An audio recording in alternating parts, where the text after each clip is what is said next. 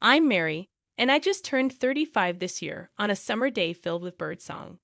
Today, my mom, who is also my boss, called me into her office. "What do you need?" I asked. Without looking away from her desk, bothered by the heat, she told me she's giving the company to my sister and that I'm fired starting today. The bright summer sun made it hard to process. Huh. I must have sounded surprised. Annoyed, my mom looked at me and said, "Didn't you hear? You're fired. We don't want negativity here.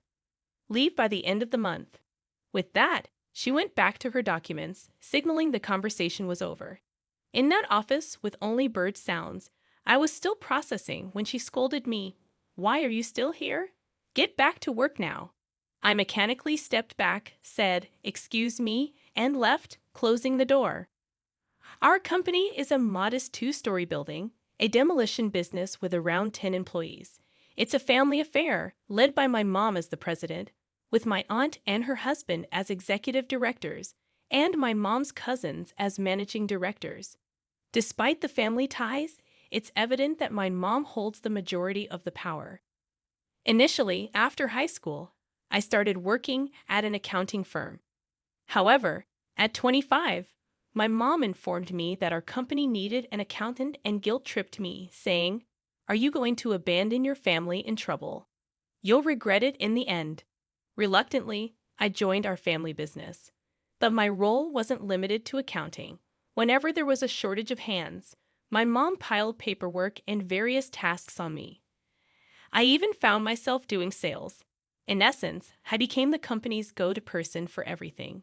To avoid being a burden, I dedicated long hours from morning till night and somehow managed to handle the diverse responsibilities thrown my way over the past decade. On the flip side, my sister Lucy, who was set to take over the company, is 3 years younger at 32. She had only joined the company 2 years prior, having hopped from job to job, claiming they weren't a good fit for her. Around 30, Lucy stopped job hunting and spent her days lounging at home. That's when my mother decided Lucy needed a job that suited her and appointed her as an executive director in our company. Despite my 10 years of dedication, I remained a regular employee. The contrast in treatment between us sisters surprised everyone, but I wasn't shocked. My mother had always favored Lucy since childhood, showering her with any clothes or toys she desired and praising her cuteness. On the other hand, I received hand-me-downs, and my mother often brushed me aside, saying, "This is good enough for you." As a child, I didn't comprehend why I was treated differently. I worked hard at school and helped at home, hoping to gain my mother's attention. Even when I handed in my straight-A report, she barely acknowledged it. At one point, feeling unattractive, I even contemplated plastic surgery, thinking it might bring me the affection I craved. It was my aunt who eventually explained why my mother ignored me so much when she saw me in that state. During my high school years, I was informed that my father had passed away. However, the truth was that when Lucy was born, my father left my mother for a woman from his workplace. This woman, older than my mother and supposedly less attractive, had an aura similar to mine. My aunt, who is my mother's younger sister, casually remarked, "Your mom is a proud woman." I think she couldn't stand losing her husband to someone older and supposedly less attractive than herself. There was a distinct air of satisfaction in her tone, as if she found joy in my mother's troubles. By the way, my aunt's appearance was rather ordinary, leaning more towards my side of the family. She could be a handful, but she excelled at her job, often using her charm to get ahead. She continued, "My mother took charge of the family business at 32 when my father left her. Leveraging her striking beauty, she attracted and retained numerous clients, significantly boosting the business. Part of the success was due to the era, with many buildings needing demolition after reaching their lifespan. Consequently, neither my aunt's family nor my cousins could really oppose my mother. Lately, the expenses for industrial waste disposal and transportation have risen, making it challenging to maintain a balance between demolition costs and actual expenses. Our company, along with the entire industry, was facing tough times, struggling even to cover monthly employee salaries. In the midst of these difficulties, My younger sister joined as an executive director. I wondered how we would manage her salary, but my mother straightforwardly said, "We'll reduce your salary to pay hers. We're family, it's only natural, right? Even with a salary cut, it won't be enough for an executive director's pay." I argued reasonably, but as usual, Mom insisted, "It's your responsibility to figure it out. Just make it work." I tentatively suggested, "Shouldn't Lucy start as a regular employee?" My mother gave me a stern look and rebuked, "Who do you think you're talking to? This isn't something for someone like you to interfere with." We were all living under the same roof at the time. Lucy didn't contribute financially to the household, whereas I contributed $1,500 every month. Even when Lucy joined the company, she didn't contribute anything to the house. Since I was young, I had been helping with household chores for my busy mother, while Lucy acted as if doing nothing was the norm. "Hey sis, is dinner ready yet?" Lucy would ask about dinner when I was working overtime. When I suggested she make something for herself, Lucy said, "What? I don't know what to make. The kitchen is your territory, right? I don't want to get scolded for using it without permission." "You scolded me for that before." She never attempted to cook. Using that past incident as an excuse, Lucy neglected cleaning up after herself and never put things back where they belonged. She held a grudge for the scolding and used it as an excuse to avoid doing anything. I often had to reluctantly come home to prepare dinner and then head back to the office to continue working. My mother usually didn't cook dinner either. Despite my efforts to prepare meals, my sister Lucy often opted to eat out, choosing whenever she fancied. Lately, my mother's frequent business meals with Lucy meant I had less need to cook dinner. However, the surge in entertainment expenses became a new concern. At 63, my mother began complaining more about aches, pains, and the consequences of heavy drinking. During this period, I was summoned to the CEO's office and informed, "I'm handing the company over to Lucy. You, who are not as attractive, are fired." While I could understand the decision based on my mother's past actions, it was hard to accept being let go because of my appearance. Even if my salary was redirected to Lucy, I failed to see the merit in it. When I consulted my aunt, she already knew about Lucy becoming the CEO, but my termination was news to her. After some contemplation, my aunt mentioned, "I don't quite understand, but it seems Lucy has been saying behind the scenes that she doesn't like it when she tells everyone she'll handle something, and they say it's okay because they'll ask Mary for help. Maybe that's part of the reason."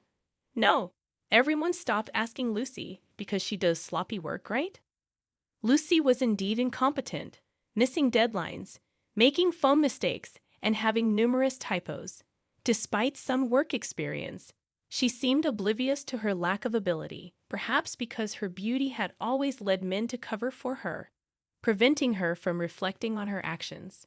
My aunt, acknowledging the situation, commented, "Well, that's true, but I think she considers you a nuisance." She expressed regret, saying, "I never thought they would let you go. The company won't be able to function without you." Though troubled, she refrained from confronting my mother, knowing she couldn't win. I felt a deep disgust being related to such an unreliable aunt. "So I'm basically disliked by both my mother and my sister, huh?" I said in a somber tone. My aunt, unsure how to respond, suggested, "Well, your sister is terrible. But don't you think you'd be better off working somewhere else with all your skills? It's a waste to stay here." I decided to quit. In her eyes, a faintly kind light of kinship shone. Standing in the car under the red glow of the summer twilight, staring at the distant mirage, I felt a sense of release. Maybe it's okay now. I turned to my aunt and said with a broad smile, "You're right." It was the first time I had smiled so genuinely since joining the company. My aunt, a bit puzzled by my smile, returned a somewhat sorrowful smile. As I busily created handover documents and organized files, the end of the month, my resignation date, arrived swiftly. When I entered the CEO's office on time, the once audible sound of birds was absent, and my mother and sister were engrossed in lively conversation. "That sales guy definitely has a thing for you. You, That bald guy? No way. They laughed heartily, oblivious to my presence. When I cleared my throat, they finally turned around. My sister, with a curious look, said, "What's up? If it's about dinner tonight, we don't need it. I'm resigning today. Thank you for everything." "Oh, is it today? I forgot." She laughed again. Feeling refreshed, knowing I wouldn't have to see their faces anymore, I announced, "I'm also moving out of the house, so please take care of yourselves." My mother mechanically responded, "Okay, good work," with an emotionless face. Closing the door, I heard my sister's voice saying, "Now we won't have to see that annoying face anymore." In my heart, I whispered, "Just you watch," and left the company I'd been part of for so long. A week later, after completing paperwork for a specific school, I checked my phone and noticed 14 missed calls from my mother within just 2 hours. Sensing an unsettling vibe, I decided not to return the call and switched my phone to silent. After finishing my other tasks, I headed home. The missed calls from my mother continued to accumulate, and by the next morning, the count had reached 80, with the last call made after 2 a.m. I had no intention of calling her back. She had become a stranger to me, and I had no desire to hear her voice. There were even fleeting thoughts that hearing her voice might lead me to comply with her words, considering I had been under her control for 35 years. Determined to break free from her influence, I resisted answering her calls. Although I could have blocked her number, I decided to let the calls go through, thinking they might serve as evidence of her actions in case something happened. Initially, receiving nearly 100 calls daily was distressing, and I detested seeing the incoming calls. However, as I grew accustomed to it, a sense of satisfaction arose, envisioning my mother's struggle with each unanswered call. I finally came to realize the extent of mistreatment I endured. A year passed in this manner. By then, my mother's calls had ceased, leaving me in the dark about her situation. Throughout this year, I balanced part-time work with online schooling for tax professionals, successfully passing the exams. Recently, I landed a position at a top tax consultancy firm. My practical experience, coupled with the broad perspective gained from diverse tasks at my mother's company, proved invaluable in my new role. I felt gratitude for the decade of hard work I dedicated to the company, especially at this juncture. The people at my new workplace were fantastic, collaborating seamlessly. It was a stark contrast to the past, where I navigated everything alone, pushed around by my mother and sister, silently researching and working into the night. While leading a fulfilling life, I had to visit a client near my mother's company. Passing by, I noticed the conspicuously dirty windows and entrance, along with the withered indoor plants that I once cared for. On my way back, I unexpectedly encountered my mother emerging from her company. Spotting me, she exclaimed, "Ah," and rushed towards me. Anticipating criticism, I instinctively covered my face with my bag. To my surprise, my mother approached with a sweet, cajoling tone, asking, "Where have you been, Mary?" An uncomfortable shiver ran down my spine, and I instinctively recoiled. "I've called you so many times, you know." "Did you change your smartphone?" It seemed she hadn't even considered the possibility that my avoidance might stem from disdain. Given all she had done to me, I couldn't fathom her thought process. Ignoring my perplexed expression, she continued, "Oh, but it's a good thing I saw you. Look at the state of this company. It's dreadful, isn't it? You can start working from tomorrow." "I'm not angry, you know." "Huh. So I forgive you for leaving a year ago. Please start coming to work from tomorrow." It took me a few seconds to grasp what my mother had just said. Did she only envision a little me crying and adoring her? Mom, I'm already working at another company, and I'm happy there." At my hesitant response, her face twisted into something monstrous, and she bellowed, "What? You're telling me you're working somewhere else while our company is in trouble?" "I don't give a damn about other companies. You're mine, understand?" Causing a scene in the middle of the street, I retorted, "Wait a minute, you're the one who fired me, remember? What about Lucy? What happened to her?" In response, my mother snorted and dismissively said, "Oh, Lucy. I thought she'd be more useful, but she was caught having affairs with 3 men from our key client. Needless to say, our dealings with them ended in a flash. If she was careful enough not to get caught, it would have been all right, so I kept her from the front office and made her do clerical work. But she couldn't even clean properly and was absolutely no good at accounting. Because of her, we couldn't even afford to hire someone else. After venting her frustrations, my mother turned to me with a grin. "That's why it's your turn, Mary. Ever since you left, the office has been in shambles. I need you to take responsibility."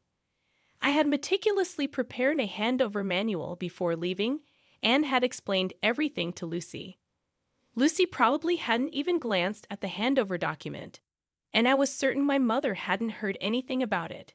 Even if she did hear, she'd either not remember or pretend to have forgotten. I couldn't fathom why they would fire me and then ask me to take responsibility. This was how these women always acted, taking a tough stance, blaming others, and letting others clean up their mess. It was their usual trick. I bit my lower lip, thought of the kind faces of the people I was currently working with, and vowed to myself that this was the real world I had been living in. A chaotic world until now, but I wouldn't succumb to this pressure anymore. I couldn't fathom why they would fire me and then ask me to take responsibility. This was how these women always acted, taking a tough stance, blaming others, and letting others clean up their mess. It was their usual trick. I bit my lower lip, thought of the kind faces of the people I was currently working with, and vowed to myself that this was the real world I had been living in. A chaotic world until now, but I wouldn't succumb to this pressure anymore. You, the boss, were the one who fired me, right? My mother appeared slightly taken aback by the change in my tone. And you fired me because I'm not attractive. Isn't that the reason? A crowd had gathered around us, drawn in by our argument. Aware of the eyes on her, my mother stammered. "Did I say something like that? Are you sure you didn't misunderstand?" "No, I heard it crystal clear. You're handing over the company to my beautiful sister and dismissing me because I'm not as visually pleasing." I questioned her decision, explaining how I had dedicated a decade of hard work to the company, while my sister, who barely contributed, was handed the reins after just 2 years. The crowd began to murmur, expressing disbelief and sympathy. "Can that really happen? That's terrible. Are they even related by blood?" Some started recording the scene, but I was too angry to care. As my mother sweated and paled under the collective disapproval, panic set in. "Mary, you're misunderstanding. Let's go inside for now." Misunderstanding. What exactly am I misunderstanding? If you didn't say such things, you should be able to deny it clearly.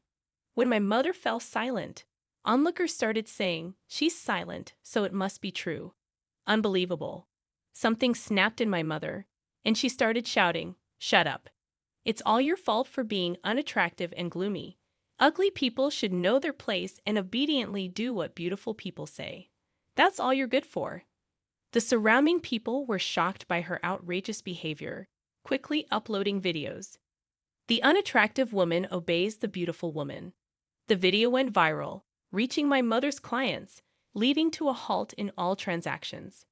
Over the year after my departure, they engaged in fraudulent activities, resulting in bankruptcy when the video surfaced. My mother and sister, now without income, sought refuge at my apartment. However, I refused to open the door. Eventually, they settled in a 45-year-old apartment, living in fear of creditors. My sister's attempts to coast through part-time jobs with flirtation were met with disapproval, leading her to frequently change jobs. As for my mother, the internet video had spread, causing her to be shunned by part-time colleagues. She silently worked alone. In contrast, I found a boyfriend at my new workplace. He may not be conventionally handsome, but he appreciates my dedication and sincerity. We are planning to get married soon, and I am grateful for the diligence that has shaped my days.